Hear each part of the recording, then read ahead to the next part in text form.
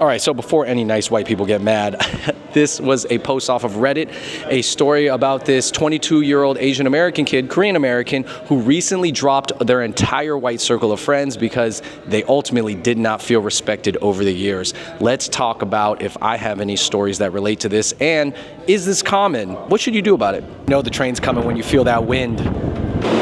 I'm not trying to take anything away from Ladies Fitness, but can we agree that her bicep looks photoshopped? I'm gonna read through this comment. It goes, I'm a 22-year-old male with Korean parents, but I was raised in the deep south only speaking English. I am highly whitewashed, that's self-aware, and I am also guilty of making self-deprecating jokes about Asian people to fit in with white people.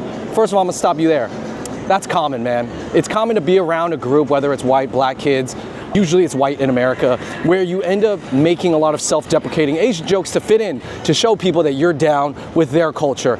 I've even done it in the past, but I've actually also done it around black people too, because we used to host this comedy show and it happened to be mostly black in Seattle, and I would have to, at first, make a joke about being Asian because I'm one of the few Asian people in that crowd. Now, I think there's a way to do it tastefully, there's a way to do it once or twice, and there's also a way to go overboard and seem like you're pandering and you're basically selling out your own people. Yes, there is a tasteful way of doing it. However, there is a thin line, and that's always a learning process. This past year, I've been desperately trying to reconnect with my grandparents' culture. My grandparents did not escape a war-torn country, learn a foreign language, deal with multiple decades of disrespect in a foreign land, just so that their grandson could be called a chink and be disrespected at school, church, and the workplace. I taught myself how to read Korean with some basic phrases. I gave some basic cultural understanding. Finally, I realized I don't have to pretend to be a white person. I don't have to insult an entire continent's worth of people to be liked by people who see me as an exotic creature.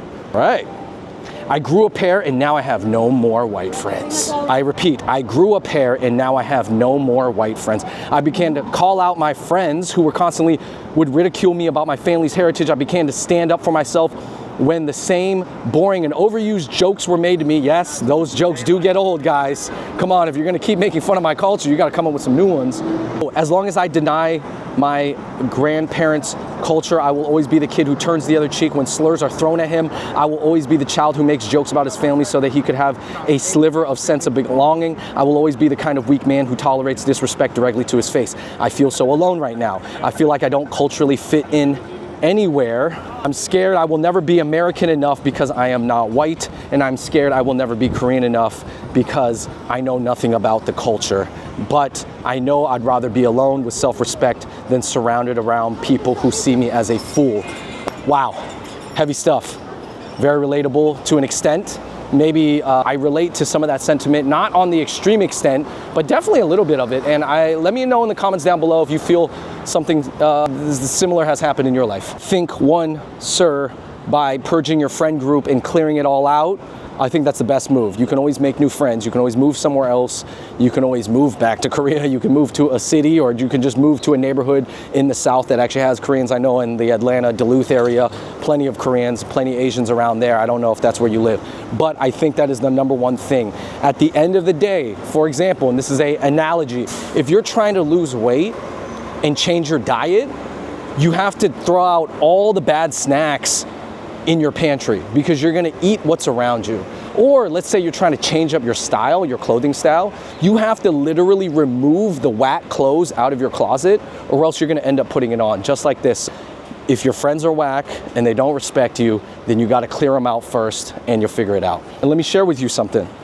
It doesn't mean just because you cleared out your white circle of friends that you're gonna replace them with all Asian. It doesn't have to be that way. It can actually just be a lot more nicer people. Not all white people are like that. There's plenty of nice white, black, Hispanic kids who wanna be friends with you, not just because you're Korean and they're not gonna exoticize you and make you feel like you have to perform. You have to be a court jester, you have to dance for them. Obviously, any friend group that makes you feel that way constantly is not a good friend group. Another point I have is that yes, part of this journey is understanding and respecting your own culture first.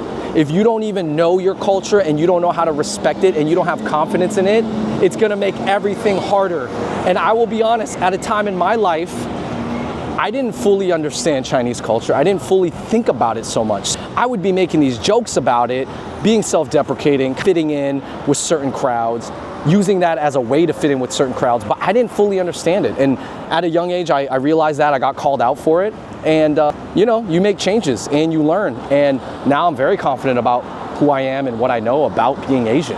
Obviously, we've done the work, and part of what me and David on the Fung Bros channel wanted to do for all these years was talk about being Asian in a way where someone like this kid could watch our videos and hopefully at least understand himself better, or feel that it's normal to talk about Asian culture in a normal way and in an analytical way and give it its proper due respect. To be honest, like they said, sometimes you even treat your own Asian culture as a joke because you don't fully respect it yet. You're not at that age, or you weren't shown to respect it yet, or you weren't forced to respect it, or you didn't learn to respect it yet.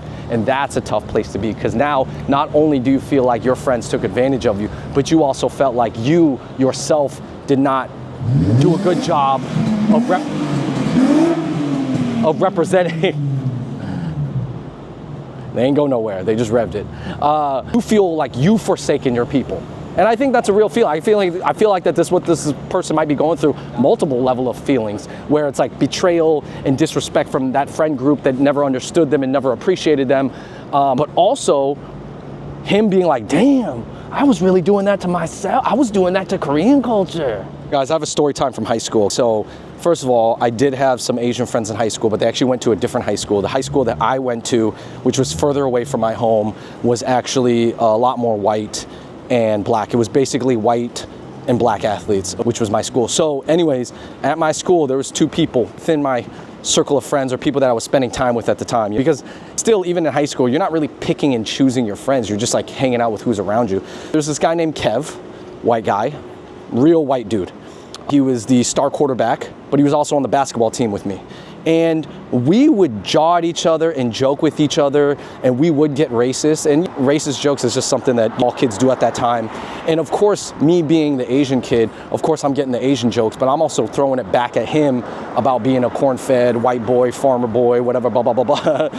Their C-word, cracker, and stuff like that. And you know, I know that because it felt like we were on the same team together and the same mission, and that I actually still felt respected the whole time. And I know that's gonna be funny for me to say, but I actually hung out at his house a couple times, and I did feel like he legitimately supported me in what I was doing. I had like a few little YouTube things at that time, even in high school, and I think he legit thought it was cool, and we would talk about it. And so that's why, in a way, I always felt it was actual respect from him. Those racist jokes, especially in the context of sports when we're being bros, training together, I'm not taking it very harshly. But there was this other guy in my circle of friends called, I'll call him Steph. We'll just call him Steph. And we would also make jokes about him being Italian, he'd make jokes about me being Asian, but there was always some other microaggression things that he did that I felt like showed that he wasn't really on my squad, and that he didn't fully respect me. And that boiled over later in life when we were out of college and I had moved to LA to pursue YouTube, and then he was on like this national singing show, and he got really popular, and then he hit me up 4 or 5 years later after high school and coming at me with the Asian jokes right off the bat in the DMs. And then he was also like, that's when Jeremy Lin was popping off, and he was like, oh, why you always tweeting about Jeremy Lin, blah, blah, blah. And he's like, come on, man, let's meet up in LA. And then honestly, I just kind of went, ha ha, all right, man, yeah, I'll hit you up. And I never hit him back, because I thought about all those things that happen, all the little micro things that happen within our larger friend group. And I realized, I was like, I don't know if this guy Steph really respects me in that way. And then for him to come at me 4 or 5 years later when I'm trying to pursue this career in media, and maybe he's feeling a little like hot shot from his like status on a TV show, then he feels like we just back to being that buddy thing. But I was like, it wasn't really buddy. There were some things I really didn't like that he did. I never had that conversation with him, but I just never responded. Back to Kev, the white football player, quarterback on the basketball team with me. I just looked him up the other day, honestly, on Facebook, because I was like doing this video and I was curious. I was like, what's Kev up to? He married an Asian woman. I said, Kev, you're legit. You're legit. You're down. You're an open-minded, nice white dude. And it was legit. I added him on as a friend, and I'm probably gonna talk to him about it. His wife is very Asian. She's like East Asian, either Chinese or Korean of some sort. Shout out to Kev. It was cool. I count that as a real dude. Anyway, sometimes it's okay to drop people, that's the point of the story. Some people are legit back then. Sometimes you feel that brotherly bond and that you can joke with each other, but you have to feel respected. If you are always the butt of the joke, butt of the group, if you feel like that the other group doesn't see you on the same level, like, oh, don't worry about him, he's our Asian friend, you never have he doesn't need to get any girls, no one's thinking about a date for him, no one's thinking about how happy he is, nobody asks how you are doing, that's not respect. All right, everybody, I'm ending the video here at my favorite Mexican spot, Chipotle. But also, on a little tangent, a lot of people say the whole bowl slop kind of concept of lunch with the sweet greens and Chipotle is dying, and they've peaked. Now, maybe it's peaked, but let's see if this Chipotle bowl is still hanging in there. Obviously, for New York prices, this was almost $14 after tax. So at the end of the day, I get that there's a lot of feelings about feeling alone right now. And I think that's what videos like this and videos like all the videos we've ever made on the Fung Bros channel hopefully can help you with, or that's what healthy Reddit threads are for. It's to find other people who are going through the same thing and let you know that you're not alone. Listen, a lot of people out there have had to change their friend group at some point. Now, if you're 22, you're still really young. You still have a whole life ahead of you. Maybe you could have dropped them at 18, but you know, everybody's on their own journey about finding their culture and realizing what that means to them. Not everybody understands what being Asian is to themselves until they're older. And sometimes it takes a breakthrough moment. Sometimes, you know, it's a video you watch, or it's another friend you meet, or it's someone older telling you like, hey, that's not how it's supposed to be. What I'm saying is like, don't feel bad. You're on a journey, but it's good. And people need to shed their friends for all different types of reasons, not just because, oh, they're all white and they disrespect your culture. I mean, sometimes your friends are just, they have a bad mindset, they have a self-defeating mindset, sometimes they're not ambitious, sometimes they're wrapped up in drugs, whatever it is, you gotta dump your friends. So, not to point out just white people, because it just so happens that in these cases, usually it's white because white people are the dominant group and they're usually the ones who do like to tease about culture the most. It's true. It's true, man.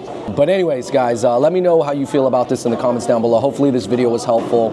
And I'm sure a lot of people out there have gone through something similar on some level.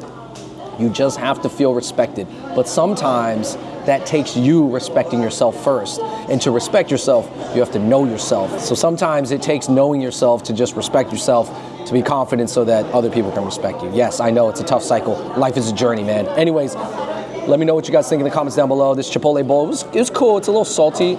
Decent macros. All right, until next time, I'm out. Peace.